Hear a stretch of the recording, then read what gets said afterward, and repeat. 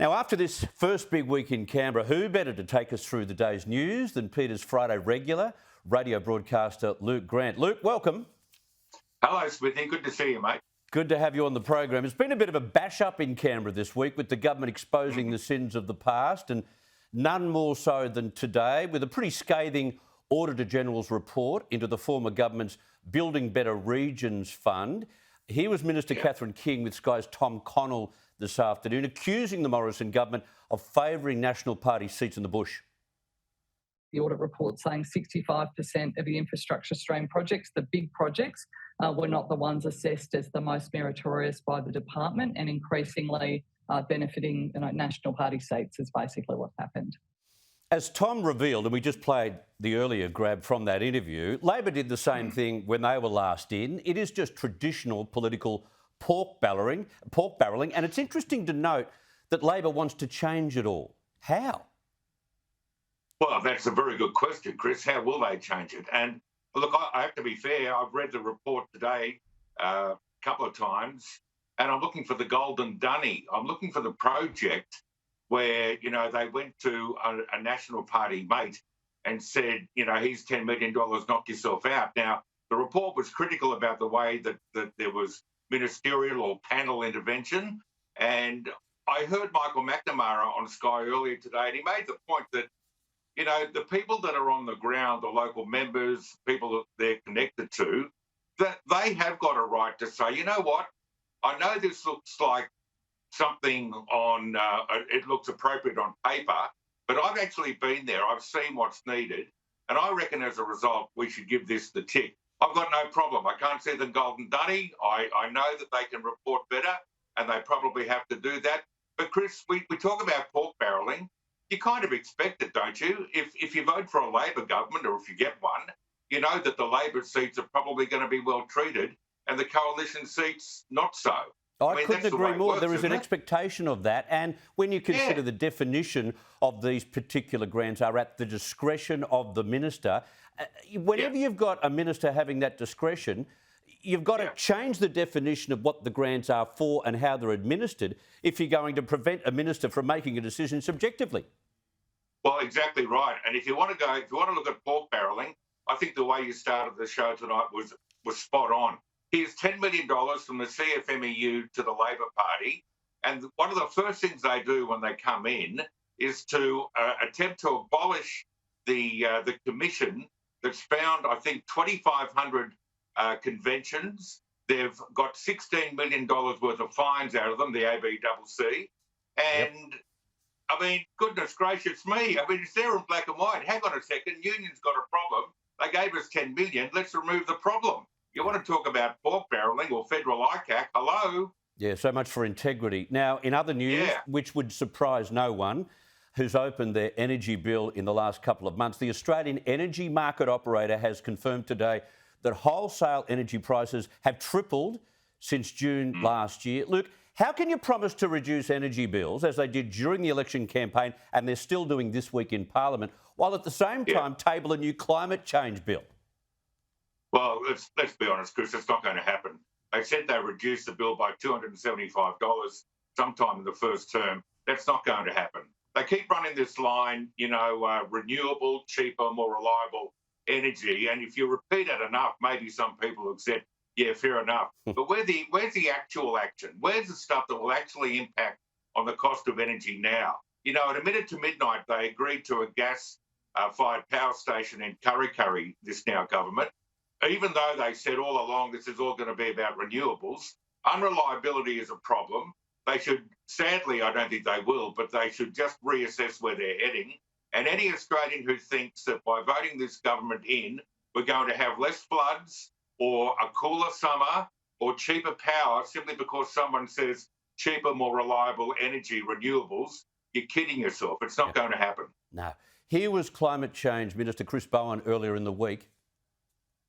We are done talking. The time for action is now. But the real time for action, if you ask anyone out there, would be, hang on, steer clear of the green ideology, please, and just address our power bills. Yeah, 100%, Chris, you're spot on. What about the member for Macquarie, Susan Templeman, got up in the Parliament this week? I saw her, and she said, oh, there's a sigh of relief now. All the people in the Hawkesbury Nepean, they know we're going to go down the roads of renewables. We're going to put in 2 community batteries. All of a sudden, people are going to start feeling safe. I mean, that's outrageous from someone that doesn't want to increase the size of the Warragamba Dam wall. They're doing nothing. They're going to change the way the power comes out of the power point, and all of a sudden, we're home, baby. Oh, Chris, it's a joke. Yeah, don't worry, we can change the weather from Australia. You know that, mate. You know. Yeah, of course. Sorry. It seems eerily reminiscent of the last time Labor was in power. The latest monthly update from Operation Sovereign Borders has shown 4 boats carrying 125 asylum seekers arrived in the first month of the new government. This is the highest number of arrivals since back in 2015. Luke, this could become a dire situation for the government. They better be really careful. Yeah, look, I reckon everyone was fair to say that the asylum seekers or the people smugglers would try something on. Of course they would, because we know that many of the government are soft on Operation Sovereign Borders, despite what they say in public. So they've tried it on. Chris, I might hold a different view to you here. I actually think that they understand the mistakes they made before, and I am hoping, but I do actually think that the government won't go soft in this space. I hope I'm not proved wrong. They tried it on. With the help of the Sri Lankan Navy, we turned boats back. Let's hope the government keeps its resolve. Yeah, I had to read this headline twice today to comprehend it. 1 in 20 Australian teenagers became homeless during the pandemic. 1 in 20. Now, it's a horrifying statistic confirmed today by Mission Australia, which also found young women were twice as likely to have gone without a safe home during the pandemic. I think about what a damning indictment that is on the politicians who were so obsessed with draconian restrictions and didn't care enough on what would happen out there in society to people who were vulnerable, had mental health issues, or were the victim of domestic violence. Yeah, mate, you've nailed it. Exactly right. How easy it must have seemed in the offices of power to say, I'll just shut the joint down, that'll be right. And you know what, Chris, over the next 5, 10 years, this won't be the only report that comes out to say, oops, oh, wow, we didn't think of that at the time. It must have been, as I say, very easy to say, just lock the joint down. These unintended consequences, or reckless, probably consequences, there'll be plenty more of these, mate, I can assure you. I reckon there will be too. Now, fresh from his interview with Piers Morgan last night, Ukrainian President Volodymyr Zelensky is set to address a sold-out crowd via video link at the Australian National University next Wednesday.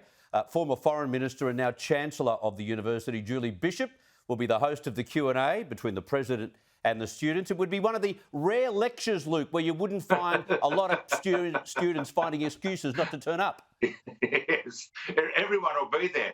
Isn't it remarkable, even though the horrific atrocities that have been inflicted upon Ukraine, their leader, in the minds of, I think, just about all of us, has become somewhat of a hero. He's stared this bloke down, this bully down. He's had surrounded by brilliant spirit amongst the Ukrainian folk, that they're still going, they're protecting what's theirs.